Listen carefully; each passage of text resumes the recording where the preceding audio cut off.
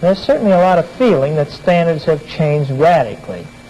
It's hard to get information of this sort, and the information we have is on college students, and of course these represent the end of the teenage. You mean standards of sexual behavior? What they believe is right and wrong to do. Yeah, sure. But let's look now and see what some of these attitudes are.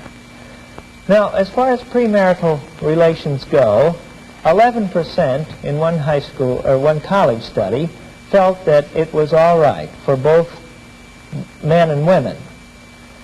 Another group thought it was all right for men alone. 14% of these college students felt that premarital relationships were all right for men. And then between engaged couples, 10% felt that this was all right, and this was a standard that they would uphold.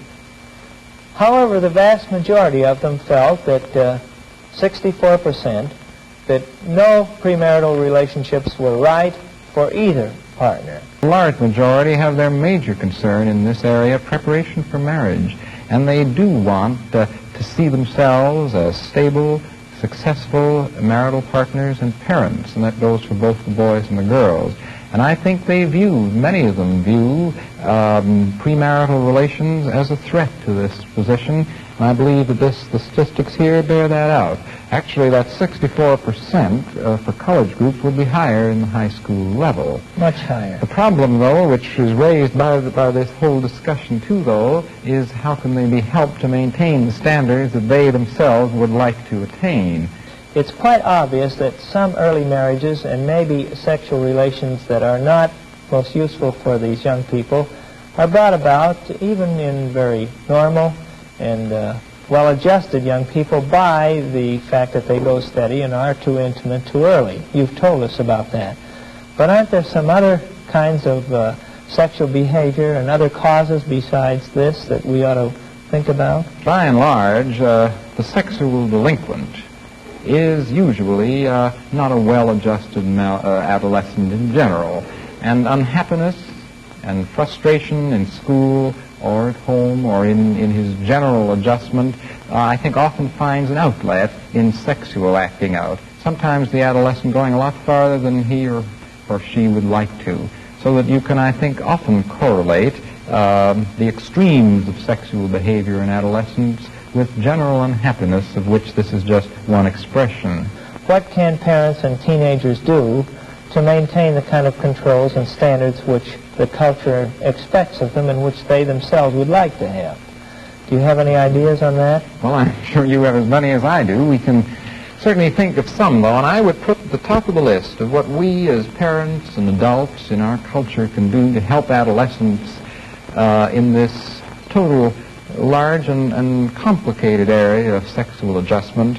I think the first thing we can do is set standards ourselves.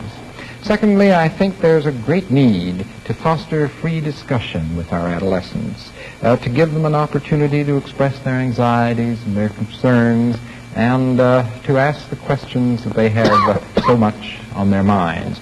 I find today in some of our schools a tendency to sort of stifle free discussion, with the feeling that this is keep the adolescent sort of in its place. The idea that if we counteract some delinquency with repression and inhibition, we'll control them. I think inhibiting free discussion of sexual matters, which are very vital to them, is one way of raising or increasing their problems. Most of these kids know an awful lot. Their information may not all be accurate. Sometimes they astonish us with the information they have about sexual matters. Adolescents must really be encouraged in their own immature love affairs, in their crushes, in their sometimes pretty clumsy attempts at finding some kind of relationships for themselves. Now, many parents, I think, unwittingly, they do amuse us sometimes in their early efforts at establishing their really male or female social role, and sometimes I think we belittle them and laugh at them, and this is most unfortunate. They need to have an opportunity for discussion of their own immature affairs, so to speak, and encouraged in them, really. A lot of sympathy from the adults. Sympathy, and they're brokenhearted often when these crushes end in disaster, and they need a lot of encouragement and solace, really, instead of ridicule and laughing. There are a couple of other things, I believe, and perhaps one of the most important is our role as adults in helping adolescents who begin to get out of control. I think very often it's our responsibility to cut down on the opportunities that they have for getting into trouble. Now, this means specific guidance for them. It means setting up planned recreation for them. It means, too, supervision when they need it.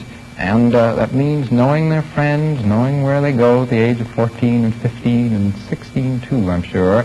And sometimes, I believe, we've tended to be a little lax about this level of supervision. Now, I don't imply here that we blame parents for all children's troubles. In the best of circumstances, troubles can occur. And just simply blaming indiscriminately doesn't help. But at the same time, I think as adults, we must hold ourselves responsible for providing the kind of supervision close contact. And close contact that the adolescent needs. Well, I think we could also say that one of the ways we handle any problem that causes us as adults as much anxiety as sexual behavior does is to try to repress or try to give them a package of belief and all in one lump. This is the way it should be. And one important principle to me would be to work with them and talk with them and help them evolve standards rather than expecting them to take some standards ready-made. They have to work these things through, and with help they usually work them through in a pretty satisfactory way. But they will reject it if we push too hard.